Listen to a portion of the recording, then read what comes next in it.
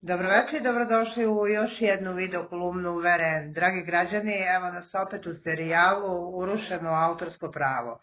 Što se tiče autorskog prava, dotakli smo dno dna, ja mislim možda i par lestvica ispod toga. Večeras opet pričamo o štampanju kompilacije mojih hitova Crno slovo i Niz reku života, koje je radio vlasnik Centra scene Branislav Stojanović, predsjednik upravnog odbora Unije diskografa. On je bio izdavač i prvog i drugog izdanja. Onda je radio kompilaciju hitova Džeja Ramadanovskog, na kojoj me nije potpisao, a organizacija Soko je to sve uredno prihvatila. Ja sam to sasvim slučajno, jer juče da sam umrla, ja zaista ne bi znala, to otkrila na Džeovom kanalu, evo možete se sami uveriti. Vidjela sam da su ispod mojih pesama potpisani drugi ljudi. Onda sam ušla na Google i sasvim slučajno otkrila da postoji CD i kaseta, najveći hitovi Džeja Ramadanovskog, izdavač Centro scena, i ti hitovi se prodaju, ta kompilacija, na svim mogućim digitalnim servisima, uključujući i YouTube, gdje sam ja to otkrila. Ja sam kasetu našla i preko interneta i ona mi je danas evo stigla, dragi građani. Sada ću vam pokazati, znači uživo, kako to izgleda dobiti kasetu bez svoga imena. Evo pogledajte, znači najveći hitovi Džeja Ramadanovskog, izdavač Centro scena, kao što sam rekla, kaseta, original. Organizacija Soko je uredno prihvatila tu kasetu bez moga imena, iako su oni svi znali da sam ja, znači, autor pesama. Ona tu kasetu prima gore, umjesto, znači, da štiti moja prava, učestvuje u ovom krivičnom delu protiv intelektualne svojine. Evo pogledajte, znači Niz reku života i Crno slovo, potpisani su drugi ljudi, oni su verovatno potpisani za svoje pesme, ali mog imena ovde nema. Kao što sam rekla, organizacija Soko to sve uredno prihvata, iako zna, znači, da sam ja autor, znači da priča bude crnja i gora. Oni, znači, koji treba da zastupaju moje autorsko pravo, umjesto da su po zakonu ovo odmah stopirali i polomili, oni su učestvovali zajedno, znači, sa Centro scenom, njenim i vlasnikom Branislavom Stojanovićem, u ovom krivičnom delu protiv intelektualne svojine. Evo, pogledajte, znači, organizacija Sokoj. Kao što sam rekla, ja sam to našla na Džeovom kanalu. Evo, možete sami da pogledate, ispod reke života, pesma Niz reku života, potpisan je Dragan Brajević, i kao kompozitor i kao tekstopisac. Zaista nemam reči, ostala sam bez teksta. Ako me pitate kakav je osjećaj držati kasetu ovu i kakav je osjećaj ga pomisliti u koliko domova je ona otišla, osjećaj je zaista samo za zatvor. Kao što sam rekla, ja sam protiv ovog lica podnela krivične prijave i tužbe i neću stati dok se on adekvatno ne kazni, jer zaista ovo raditi protiv autorskog prava. Sad pitam opet i Zavod za intelektualnu svojinu. Da li oni ovakvim ljudima mogu da daju licence, odobrenja, kodove, da oni štampaju, da se ošte bave muzikom? Kao što sam rekla, ako treba ići ćemo i do Strasbura, ja verujem u naš pravosudni sistem, ali eto, ako bude potrebe, znači ja u ovoj priči neću stati, dok god, znači kad ovo gledam i ovako osjećaj zaista za zatvor, jer ovakvi ljudi zaista treba da budu zatvor. Oglušiti se o umetničko delo, o autorsko pravo, o jednu ženu, znači gospodin sada prikuplja i sa svih digitalnih servisa, kao što sam navela i u prošloj kolumni, znači na svim digitalnim servisima, evo pogledajte Amazon, Google, Apple, pa onda iTunes, uključujući YouTube, znači svi mogući digitalni servisi koji mogu da se koriste za prodaju pesama, on koristi to sve i zaista mislim ovo je dno dna.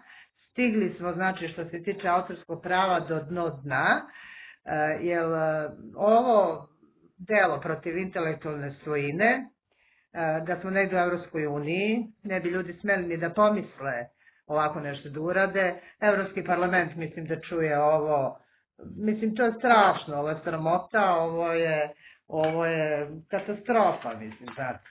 Jer ovo je otišao ko zna koliko domova, bez moga imena. Ovo je, znači, bila zadnja kaseta koja se štampala posle te dve zvanične koje su izašle. Znači, i onda je ta kaseta se slala na radio stanice i tako dalje. Onda su oni svi ubirali novac od toga. Ja nisam bila potpisana, meni je stizalo po 100 dinara 200. Reka života mi čak nije isplaćivana, bila 15 godina, a to ću vam pričati u jednoj drugoj kolumni. Tako, dragi građani, još jednom uveriti se, originalna kaseta, J. Ramadanovski, najveći hitovi, izdavač Centro Crna, da ponovim Branislav Stojanović. Evo, pogledajte ovde ko je sve potpisan. Samo me zanima ko je to na J-ovom kanalu rašvanio, ko je pisao crno slovo, a ko je reku života. Verovatno da su dobili instrukcije od izdavača, pošto ovde sve, celokupno su potpisani autori, svi su tu, sem moga imena. Znači, još jednom da ponovim, protiv gospodina su podnete krivične prijave, tužbe. Rekla sam u ovoj priči i ja ću ići do kraja. Mislim, zaista žalosno i tužno pričati uopšte o krivičnim delima protiv intelektualne svojine, jer autorsko je pravo duhovna tvorevina jednog čoveka, a pogotovo kad je tu u pitanju jedna žena, onda mislim to je strašno žalosno. Kao što sam rekla, ići ću do kraja, dok god gospodin ne bude adekvatno kažnjen za ono što je radio. Evo, dragi građani, pogledajte, sami se uverite čija imena sve tu stoje, a potpisane moje pesme iz Reku života i Crno slovo. U sledećoj kolumni opet predstavljam još jednu izdavačku kuću, u stvari dve, koje su isto ovo radile i prikupljale imovinsku korist od mojih pesama. Ali kao što sam rekla, postoji zakon o autorskom pravu, postoji pravosuđe, sud, ići ćemo u ovoj priči do kraja, jer kao što sam rekla, ovde branim svoje pravo, branim zapravo i buduće generacije, jer zamislite u koliko domova, pogledajte, otišla ova kaseta bez moga imena. Još kad uzmemo u obzir, znači da se ona štampala posle one dve zvanične kao kompilacija, znači ostala je zadnja u narodu, koliko se meni štete, imovinske, moralne, osporavanje moga imena, znači sve sa namerom urađeno. Sve sa namerom urađeno i onda nije ni čudo kad ljudi se iznenade kad kažem ja da sam ja zapravo vlasnik ovih pesama i da sam ih ja pisala. Velika, velika šteta je napravljena meni ne samo kao ženi, kao umetniku, da zaista nemam reči. Pričati ovako o svom delu i držati ovu kasetu, verite mi, nije nimalo lako, ali kao što rekoh, u ovoj priči, gospodine Stojanoviću, Centro Crna, ići ćemo do kraja. Dok god ne budete dobili ono što ste zaslužili po zakonu Republike Srbije, za ova krivična dela protiv intelektualne svojine. Dragi građani, ovo je bila Vera M, urušeno autorsko pravo. Ova video kolumna bila je osmišljena za prezentaciju mojih pesama, za mojih slika kao umetnika, pošto sam učesnik i mnogih festivala, bavim se i slikarstvom i scenarijom, bila je osmišljena za promociju moga rada.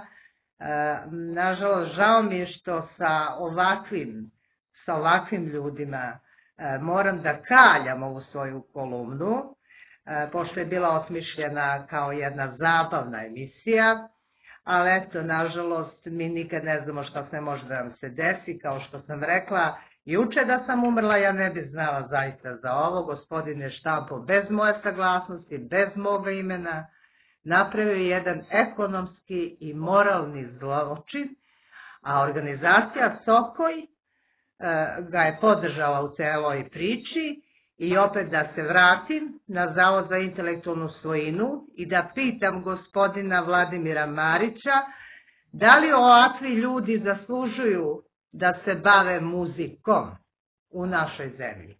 Dotakli smo dno dna i jedno još 7-8 stupnjeva ispod. Nažalost, dragi građani. Veliki pozdrav, ništa vi ne brinite, bit će još pesama, bit će još hitova, bit će još veselja, da će Bog. Voli vas i ljubi i pozdravlja Veren.